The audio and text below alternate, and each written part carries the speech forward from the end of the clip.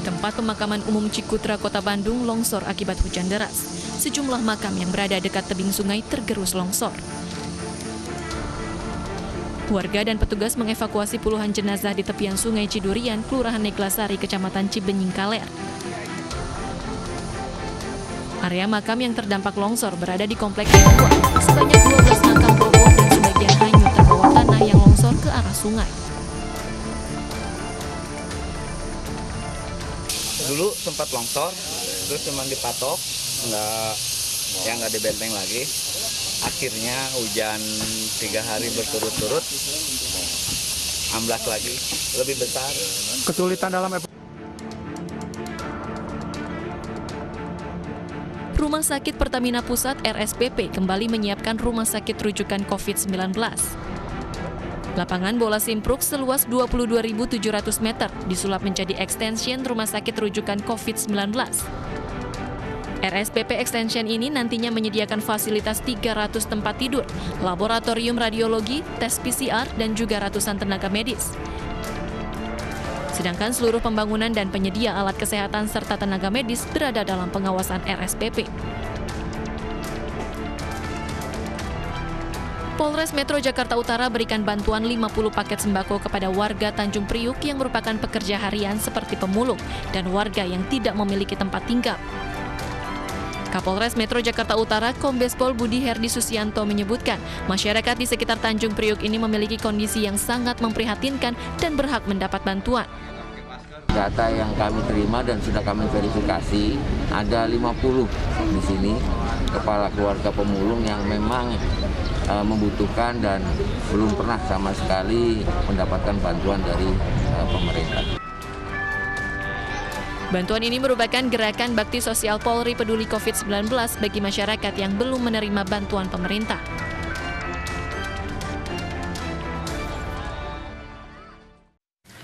Pemirsa, hasil tes swab gelombang pertama terhadap 46 orang karyawan pabrik rokok di Surabaya. 34 orang dinyatakan positif COVID-19. Klaster baru penyebaran COVID-19 di pabrik rokok tersebut merupakan paling banyak di antara 30 klaster di Jawa Timur.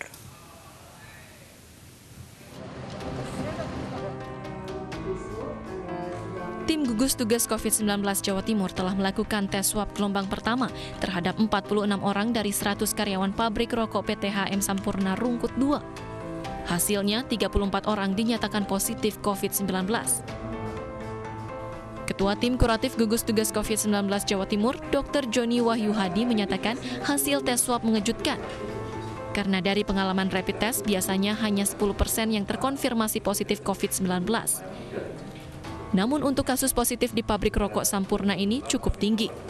Rapid testnya itu hampir 100 yang positif. Dari 100 itu dikumpulkan di suatu tempat, di hotel tertentu, supaya mudah nih untuk tracingnya. Secara gelombang kami bawa ke Sutomo untuk PCR, karena Sutomo sudah mendapat PCR dari Ibu Penunjangan. Jadi kami PCR, hasilnya langsung keluar hari ini. Dan ternyata sebagai besar dari gelombang pertama yang 46 itu 24 yang positif. Jadi ini luar biasa. Klaster baru penyebaran COVID-19 di pabrik rokok PT HM Sampurna Rungkut 2 merupakan paling banyak di antara 30 klaster di Jawa Timur. Pihak perusahaan langsung menghentikan aktivitas produksi dan telah mengisolasi karyawannya di sebuah hotel. Tak hanya itu, penyemprotan disinfektan pun dilakukan di area pabrik untuk mencegah penyebaran virus corona. Sebelumnya, berdasarkan tes cepat 500 orang karyawan sebuah perusahaan rokok di Surabaya, Jawa Timur, 98 diantaranya dinyatakan reaktif. Dari Surabaya, Jawa Timur, Rahmat Ilyasan, iNews melaporkan. Pemirsa, jumlah pasien positif corona di Indonesia bertambah 292 orang dari hari kemarin. Sehingga total hari ini menjadi 10.843 orang. 831 diantaranya meninggal dunia, sementara 1.665 orang dinyatakan sembuh. Saat ini dari laboratorium yang ada beberapa yang saat ini tidak bisa melakukan pemeriksaan lagi karena reagennya masih belum sampai. Namun sebagian besar sudah bisa melaksanakan. Dan hari ini pun juga sudah kita bantu tambahan reagennya lagi. Sampai saat ini spesimen yang telah diperiksa sebanyak 107.943 spesimen. Dari sekitar 79.868 orang. Hasil konfirmasi COVID-19 positif sebanyak 10.843 orang. Sementara yang sembuh 1.665 orang. Meninggal 831 orang. Orang dalam pemantauan akumulasi yang kita pantau dan sebagian besar juga sudah selesai kita pantau, totalnya adalah 235.035 orang. Pasien dalam pengawasan sebanyak 22.545 orang. 321 kabupaten kota terdampak di 34 provinsi. Distribusi pasien sembuh terbanyak adalah di Jakarta, Jawa Timur, Jawa Barat, Sulawesi Selatan, dan Bali, sehingga total keseluruhan adalah 1.665 orang. Kalau kita lihat dari pertambahan kasus pada hari ini, bertambah kasus konfirmasi sebanyak 292 orang, sehingga menjadi 10.843 orang. Yang sembuh bertambah 74 orang, sehingga kemudian menjadi 1.665 orang. Meninggal bertambah 31 orang sehingga menjadi 831 orang. Saudara-saudara, pastikan kita tidak tertular, tetap tinggal di rumah. Karena inilah yang akan menentukan keberhasilan kita dan menentukan besaran beban rawatan rumah sakit. Manakala kasus yang terinfeksi menjadi semakin banyak, maka kita akan bisa membayangkan bahwa yang akan jatuh dalam kondisi sakit, bahkan sakit yang berat membutuhkan layanan rumah sakit, akan semakin banyak. Dan ini akan sangat membebani kapasitas rumah sakit yang ada. Apa sebenarnya yang terjadi sehingga jumlah pasien corona meningkat drastis di Jawa Timur? Kami sudah bergabung dengan Gubernur Jawa Timur, Kofifah Indar Parawansa. Assalamualaikum, selamat malam Ibu Kofifah. Ya, assalamualaikum warahmatullahi wabarakatuh, selamat malam. Ya, Ibu, peningkatan pasien positif corona di Jawa Timur sangat drastis, bahkan saat ini nomor 2 setelah DKI Jakarta. Apa yang menjadi penyebab, Bu? Apakah memang karena banyak warga yang mudik atau karena penerapan PSBB yang terlambat? Mungkin juga ditemukan beberapa kluster ini ternyata sebarannya lumayan meluas. Misalnya adalah kluster TKHI. Banyak sekali yang peserta pelatihan TKHI dari berbagai kabupaten kota ternyata kemudian confirm positif. Kemudian ada klaster Semboro. Sekarang ini ada klaster Surabaya ya, klaster Sampurna. Dan sekarang juga sedang dilakukan tracing lebih mendalam klaster Pujon. Nah, klaster-klaster baru ini karena memang teridentifikasinya itu sudah pada posisi yang terlanjur meluas, maka memang melakukan proses percepatan pelayanan ini harus dengan sinergitas semua pihak. Jadi sekarang ini memang sudah harus bisa lebih realistik melihat bahwa penyebaran COVID-19 ini sangat cepat. Oleh karena itu kewaspadaan dan kesiapsiagaan semua pihak, misalnya ada yang melalui tanda-tanda klinis, jadi harus segera memeriksakan ke dokter, minimal rapid test. Hari ini reagen di Pemprov Jawa Timur cukup banyak, sekitar 39.000 reagen. Jadi kalau misalnya tidak rapid test langsung mau di PCR, sebetulnya posisinya siap. Nah, oleh karena itu kembali kita ingin menyampaikan kepada masyarakat bahwa stay at home itu akan jadi pilihan yang paling bijak. Setelah itu kalau terpaksa keluar rumah, pastikan pakai masker, pastikan physical distancing. Himbauan ini kan sebetulnya sudah tidak habis-habisnya kita menyampaikan. Tapi kan masih ada saja yang menganggap bahwa corona mah di sana, di sini mah kagak misalnya. Hal-hal seperti itu harus kita lakukan proses evaluasi bersama. Kemudian ini yang klaster sudah transmisi lokal ya. Ada yang memang kemudian berasal dari titik-titik epicentrum. Itu ada titik-titik yang mereka kemarin dari Jabodetabek, juga titik dari Surabaya, Ini kan epicentrumnya Jawa Timur. Jadi sebetulnya pemeriksaan berlapis yang diberlakukan di seluruh kabupaten kota sampai dengan desa. Memang semua tetap harus berjalan. Jadi observasi sampai 14 hari tetap harus diikuti oleh semua warga untuk kebaikan kita semua. Ibu tadi sempat menyinggung terkait ada beberapa klaster baru. Ibu, untuk yang klaster Sampurna ini karena yang reaktif cukup banyak, bagaimana Bu tracingnya, Bu? Jadi sebetulnya ketika kami dapat informasi tanggal 28 malam, saya memang mengundang kembali tim ini, saya mau mendengarkan apa yang sudah dilakukan. Sebetulnya sudah dilakukan rapid test dan PCR, cukup maksimal sebetulnya. Cuma hasilnya waktu itu belum keluar. 2 hari lalu dilakukan PCR oleh tim gugus tugas Provinsi Jawa Timur, dari 46, 34 yang positif. Nah, hari ini, tadi pagi, ada 25 yang dirujuk ke rumah sakit. Nah, sisanya yang 9 itu sebenarnya tanda-tanda klinisnya boleh dikatakan hampir tidak nampak, tetapi hasil swabnya positif. Nah, yang 25 dirawat di 2 rumah sakit ini mereka. Ini yang kita harapkan bahwa ada proses yang memang terkontrol, termonitor. Kalau memang sudah tahap kuratif ya memang harus dirawat. Yang belum tentu kita berharap yang kita kedepankan adalah tahap preventifnya. Preventif, pencegahan. Setelah itu tracing ini harus masif. Ketika tracing masif maka sebetulnya pencegahan terhadap kemungkinan meluasnya virus ini akan bisa kita cegah gitu. Jadi kita pageri lah kira-kira begitu. Kenapa tim tracing menjadi penting? Kalau di gugus tugas Jawa Timur kan dari awal kita memang membagi tim tracing, tim kuratif, tim promotif preventif. Baru tim sosial, ekonomi, dampak pemulihan. Nah, pada posisi seperti ini, tim tracing memang petanya relatif detail. Tapi kalau ada klaster baru, gini kan harus turun dalam jumlah yang lebih komprehensif sesuai dengan luasan kemungkinan yang harus di tracing. Ya. Baik, Ibu Khofifah, berkaca pada kejadian klaster Sampurna, bagaimana langkah antisipasi yang dilakukan Pemprov Jawa Timur, Ibu? Ya, hari ini pun tadi pas berbuka, kita juga sedang diskusi, kan tidak habis-habisnya sebenarnya. Kita lakukan evaluasi itu sebetulnya hampir all the time. Dan kita tadi waktu berbuka sambil, ayo para dokter kumpul, saya gitu, udah kita sambil lakukan koordinasi.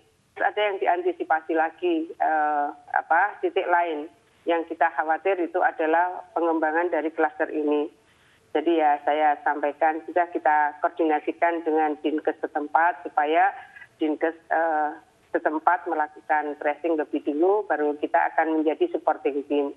Karena pada dasarnya kan setiap terjadi bencana, meskipun ini non alam, tapi koordinator dan penanggung jawab inti kan sebenarnya kabupaten kota. Jadi kita menyampaikan coba tim daerah biar melakukan intensitas tracing, kemudian kita akan support dari titik di mana kita bisa mencari linkage ya, satu titik dengan titik lain, sampai kemudian observasi. Sekarang pun juga yang masuk di observasi BPSDM Pemprov juga sudah mulai ada, dan kita harus melakukan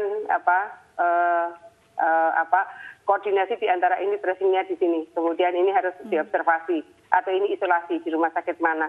Nah, titik-titik yang memang harus segera dilakukan koordinasi antara semua ini memang harus terus kita komunikasikan supaya tidak terlambat kita melayani. Ya. Ibu Khofifah, kota-kota di Jawa Timur ini menjadi tujuan mudik. Ibu, nyatanya sampai sekarang masih ada warga yang nekat untuk mudik. Bagaimana pencegahannya agar ini tidak membawa epicentrum baru, Bu, penyebaran corona di Jawa Timur? Apakah PSBB akan semakin diperketat dengan mungkin jam malam atau seperti apa? Ya, sebetulnya kalau di Surabaya, Gresik, dan Sidoarjo ada pembatasan aktivitas malam hari.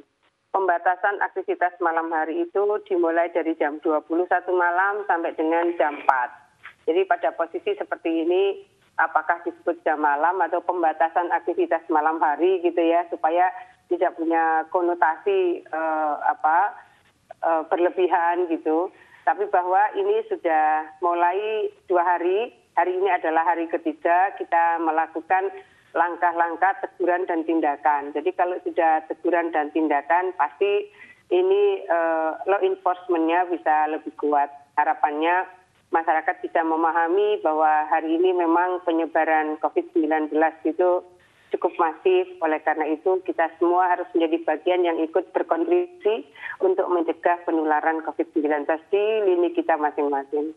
Baik, lalu bagaimana dengan kesiapan rumah sakit, Bu? Apakah ada beberapa rumah sakit yang sudah disiapkan dan apakah akan ditambah lagi? Kalau sekarang misalnya yang rumah sakit dalam koordinasi Pemprov ya, ada rumah sakit Dr. Sutomo. Tadinya yang 8 bed, kemudian jadi 34, kita akan tambah 50. Jadi prosesnya memang begitu.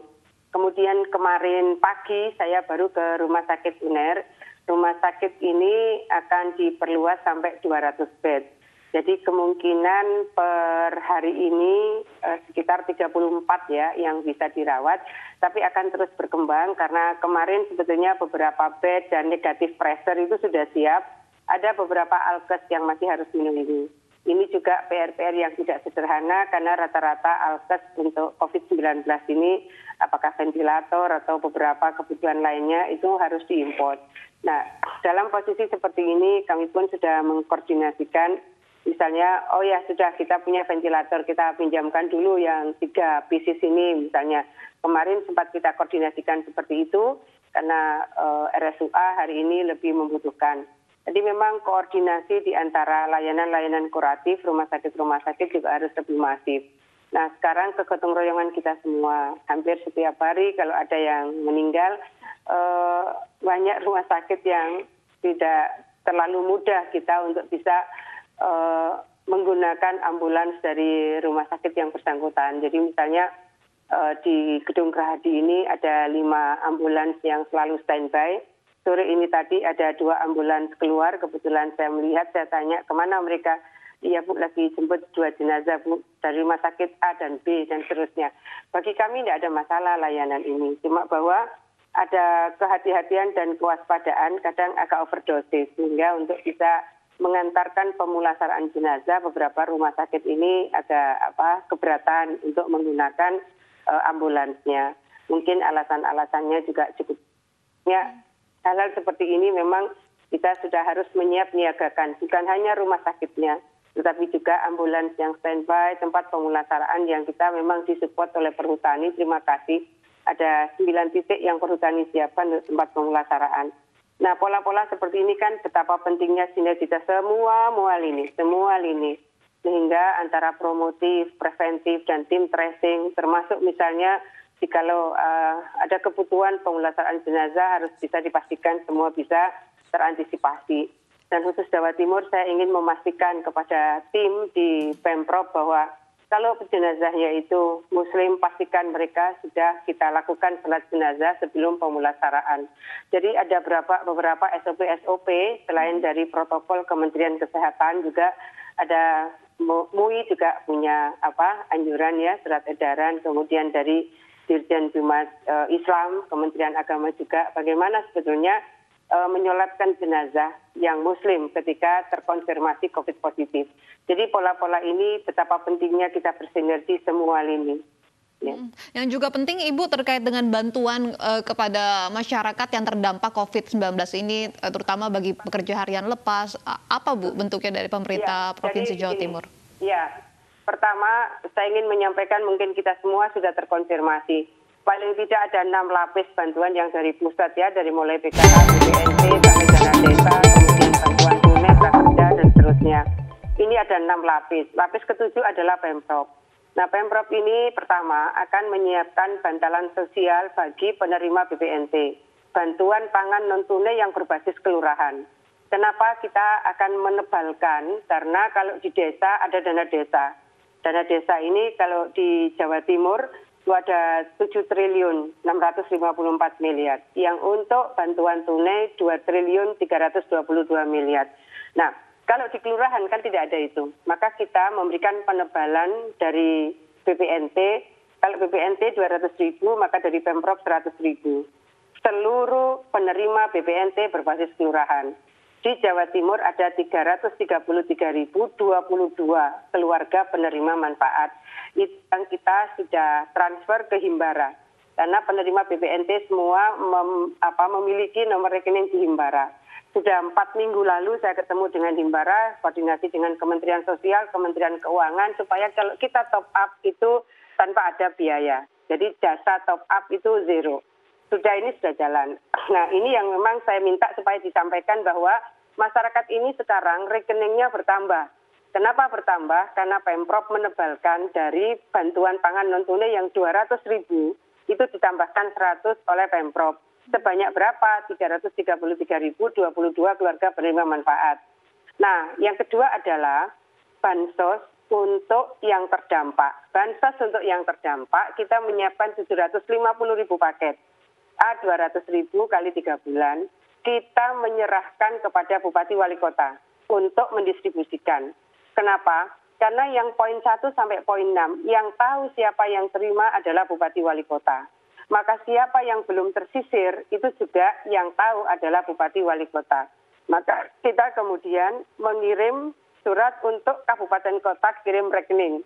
Nah, ini memang kita ingin disegerakan, dibelanjakan. Jadi misalnya Surabaya akan terima 45.000 paket, tapi dalam bentuk uang dibelanjakan oleh Pemko Surabaya sendiri. Siapa yang akan menerima bansos ini terserah Pemko yang tahu di titik mana yang belum tersisir. Sidoarjo misalnya dapat 65.000. Ini yang terkait dengan bansos terdampak COVID.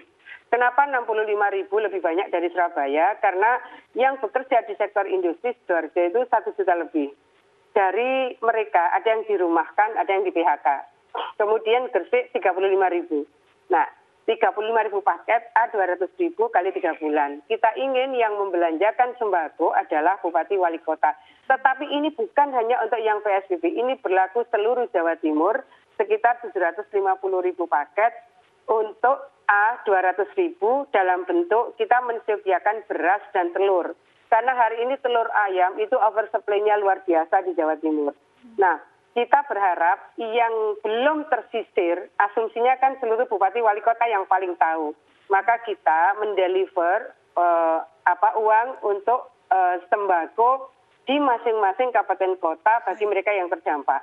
Bisa saja di Probolinggo yang terdampak ini mereka yang ada di Bromo, Tengger, Semeru misalnya, kan beda-beda, ada yang di sektor industri, ada di nelayan. Sudah ada 6 lapis begitu ya, 6 lapis bantuan yang sudah disiapkan oleh Pemprov Jawa Timur dan pemerintah pusat. Baik, terima kasih Ibu Khofifah sudah bergabung bersama kami di iNews Sore. Pemirsa, penerapan pembatasan sosial berskala besar di Kota Surabaya, Jawa Timur belum sepenuhnya efektif. Masih banyak pengendara motor yang berboncengan namun bukan keluarga sehingga dipaksa turun oleh petugas gabungan. Pengendara motor berboncengan di masa pembatasan sosial berskala besar diterapkan di Surabaya, Jawa Timur ini diberhentikan petugas gabungan. Petugas memeriksa kartu tanda penduduk mereka untuk memastikan alamat yang tertera di KTP sama. Salah satu pengendara motor yang berboncengan tidak diperbolehkan meneruskan perjalanan karena alamat yang tertera pada KTP berbeda sehingga bukan keluarga. Petugas gabungan memberikan sanksi tilang dan teguran bagi pengendara roda 2 dan roda 4 yang tidak memakai masker, tidak memakai sarung tangan, berkendara dalam kondisi suhu tubuh tinggi, serta angkutan yang melebihi muatan. Tindakannya adalah ada 2 opsi. Yang pertama, bisa diturunkan penumpangnya, tapi kita fasilitasi kendaraan pengantar. Ada 2 elf dan 1 B Surabaya itu kita standby-kan di sini. Opsi yang kedua bisa kita kembalikan ke tempat asal dia perjalanan. Di posko checkpoint Bundaran Waru Surabaya, jumlah kendaraan yang melintas masuk Surabaya jauh berkurang dibandingkan hari pertama pemberlakuan PSBB. Razia pelanggar aturan PSBB ini akan terus dilakukan hingga 11 Mei 2020. Dari Surabaya, Jawa Timur, Rahmat Ilyasan, iNews melaporkan.